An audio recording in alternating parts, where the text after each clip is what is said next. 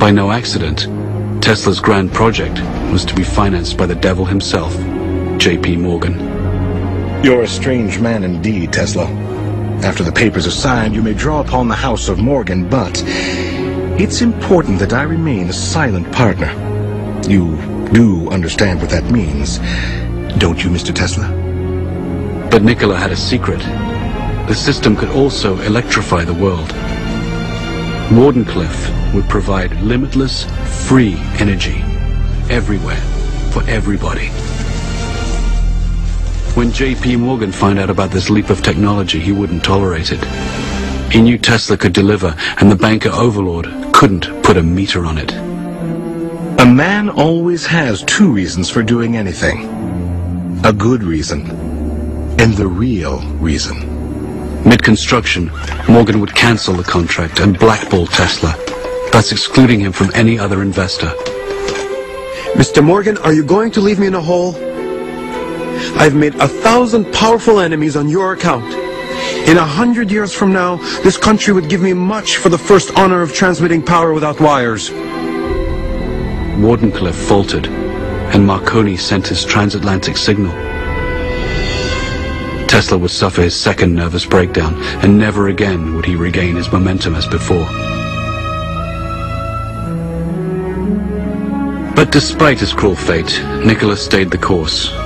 Decade after decade would pass, and he would bring forth new fantastic inventions in transportation, air flight, and even warfare. His death beam, as he intended, would bring an end to all warfare. An inventor to the end, all he ever wanted was to uplift the condition of humanity. But now in his hotel room, time was drawing short. He'd finger newspaper clippings and recall some of the smaller moments of his life. His table for one, walking the streets of New York, haunting Grand Central Station, or feeding his many pigeons. No one could begin to imagine what great secrets this mad scientist kept locked inside his head. No one, except J. Edgar Hoover and his G-men. They waited patiently for the great man to pass, and were ready to take everything that Nikola left behind. The story is about a man whose powerful ideas live on, as much of his work is still classified and used in the most esoteric projects imaginable today. Nikola Tesla single-handedly changed the world for the benefit of mankind, yet has been rewarded with obscurity. It's time to bring his story out of the shadows and into the light. With his last breath, Nikola gently smiled. Let the future tell the truth, and evaluate each one according to his work and accomplishments. The present is theirs. The future, for which I have really worked, is mine. Would they only have listened?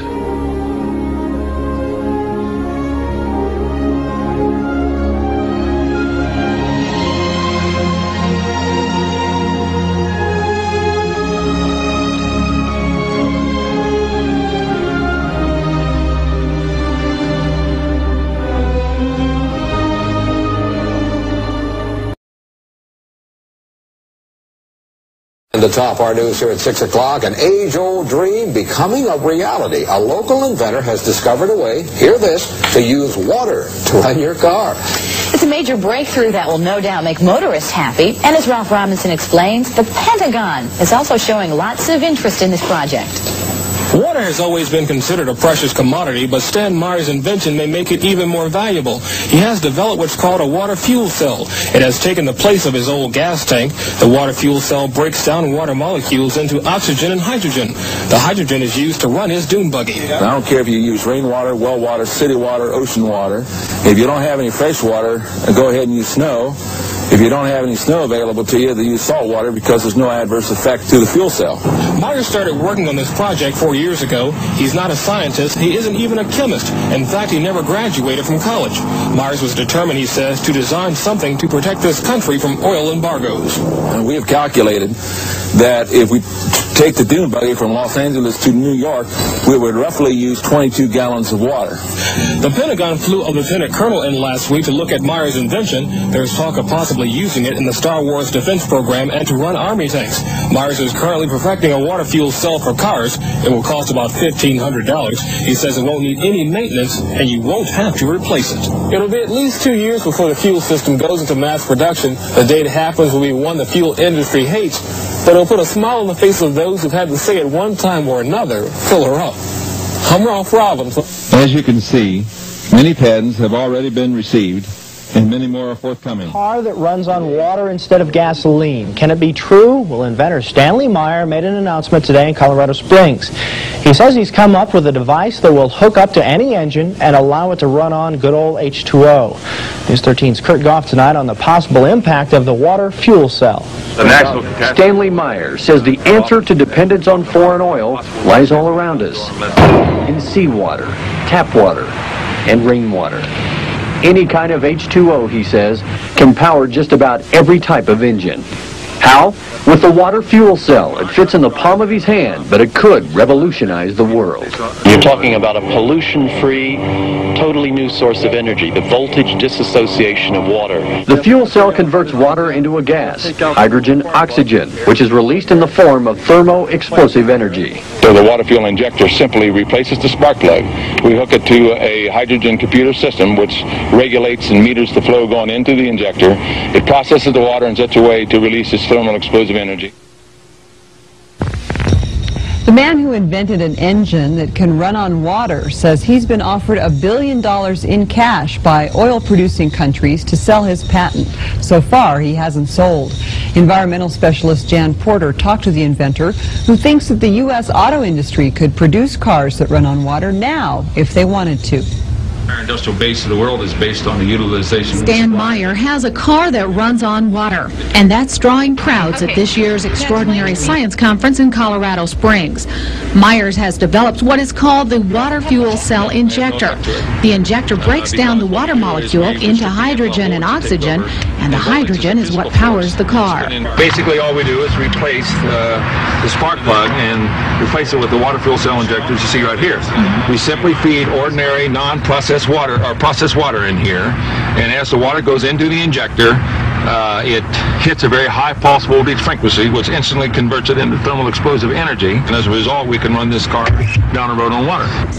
Myers' invention was introduced in Britain earlier this month, and now the Brits have followed him here. We recently took a scientific delegation to witness Stan's work, to really evaluate it, and came back saying this is one of the most important inventions of the century. For 15 years, Meyer has been fighting to get his inventions taken seriously.